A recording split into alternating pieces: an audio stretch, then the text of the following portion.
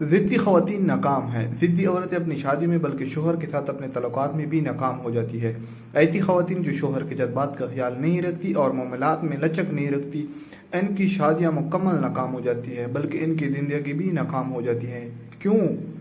Number 1, वो अपने शोहर के साथ अपनी अना की जंग लड़ती रहती है। शोहर पर काबू पाने की कोशिश में लगी रहती है। इस जंग में हमेशा वो हार जाती है। वो कभी ये जंग नहीं जीत सकती, क्योंकि मर्द जिद करने बीवी के सामने और ज़्यादा ज़िद्दी हो जाते हैं और वो एक नरम और फर्माबरदार औरत के सामने बहुत ज़्यादा नरम हो जाते हैं।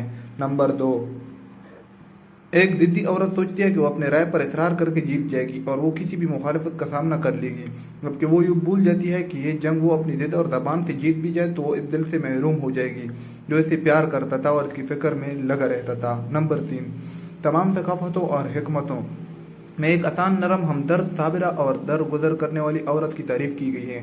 यहाँ तक कि बड़े बुजुर्गों ने ऐसी औरत की तारीफ़ की है जो अपने शौहर का एहतराम करती है और नरमी और हिकमत के साथ बोलती है, और इसके नतीजे में वो इससे हमेशा मोहब्बत करेगा और इससे कभी दूर नहीं जाएगा।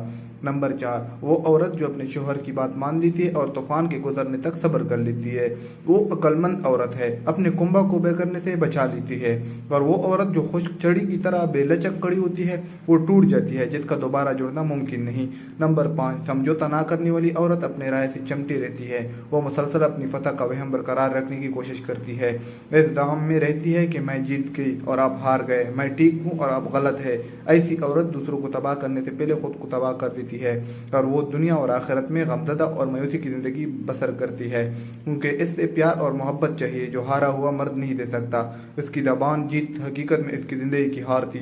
और दवाजी मशावरत के लंबे तजर्बात मैंने देखा कि ज़िद्दी ख़वातीन की ज़िंदगी हमेशा मुश्किलात से दुचार होती है और इनकी ख़ानदानी और माशरती ज़िंदगी हमेशा तलखियों से भरी रहती है। हमारे चैनल को सब्सक्राइब करें, शुक्रिया, और वीडियो को लाइक कीजिएगा।